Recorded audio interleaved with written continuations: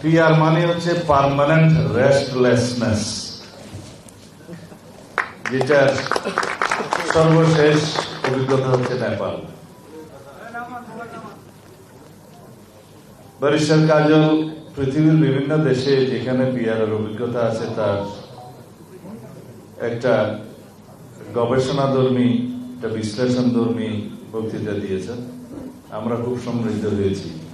তাতে করে দেখা যায় কোথাও কোথাও 1-1.5 বছর লেগে যায় শুধু সরকার গঠন করতে ইলেকশনের পরে, এবং কোন রকমে সরকার গঠন করতে পারলেও সেই সরকারের স্থায়িত্ব হয়তো কয়েক মাস বা 1 বছর 1.5 বছর হয়।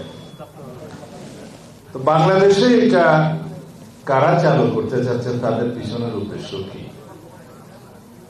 একটা উদ্দেশ্য তো অবশ্যই আছে, যাতে কিছু সিট বেশি পায়, কিন্তু আরেকটা উদ্দেশ্য আছে, বাংলাদেশে সবসময় যেন অস্থিতিশীল পরিস্থিতি থাকে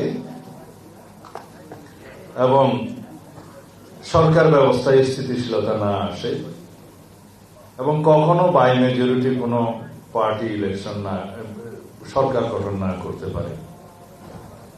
তাতে কাদের লাভ? লাভ হলো বাংলাদেশে সবসময় অস্থিতিশীল পরিস্থিতি থাকলে যারা লাভজনক পর্যায়ে থাকবে তাদের লাভ। তার মানে আমাদের পার্শ্ববর্তী কিছু দেশ আছে যারা বাংলাদেশের স্থিতিশীলতা চায় না, যারা বাংলাদেশের অর্থনৈতিক সমৃদ্ধি চায় না, যারা বাংলাদেশের রাজনৈতিক স্থিতিশীলতা চায় না। কেন চায় না সেটা তাদের স্বার্থ জড়িত আছে, যে বাংলাদেশে যদি সবসময় অনৈক্য থাকে, অস্থিতিশীলতা থাকে, তাহলে শেখ হাসিনার মতো আরেকটা ফ্যাসিস্টের উদয় হতে পারে এবং তাদের মধ্য দিয়ে তাদের সমস্ত স্বার্থ আদায় হতে পারে। অথবা দুর্বল সরকারের কাছে যা কিছুই দাবি করা যাবে সমস্ত দাবি আদায় করা যাবে। তা আমরা কি সেটা চাই? আমাদের জনগণের অভিপ্রায় কি? অনেক লম্বা বক্তব্য অনেক জায়গায় অনেক বিশিষ্ট লয়াররা বিভিন্নভাবে দিয়েছে। বলা হচ্ছে এই সরকার পুরোপুরি সাংবিধানিক সরকার না, পুরাপুরি না অভিপ্রায়ের সরকার। বলা হচ্ছে এটা নাকি মাঝামাঝি সরকার। তা আমি বললাম এই বিষয়টা তো আগে নির্ধারণ করা দরকার। কিভাবে? বললো অভিপ্রায়ের মধ্য দিয়ে এই সরকার প্রতিষ্ঠিত হয়েছে, সুতরাং এটা পুরোপুরি সাংবিধানিক। প্রথম যুক্তি তাদের।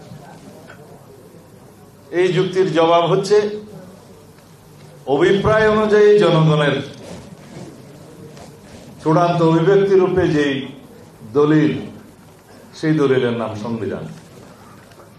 কিন্তু সেই অভিপ্রায়টা যতক্ষণ পর্যন্ত সংবিধান হিসেবে প্রকাশিত না হবে, গৃহীত না হবে, ততক্ষণ পর্যন্ত সেটা অভিপ্রায় হলো এইখানের ওখানের প্রেস ক্লাবের গুলিস্তান বক্তৃতায়।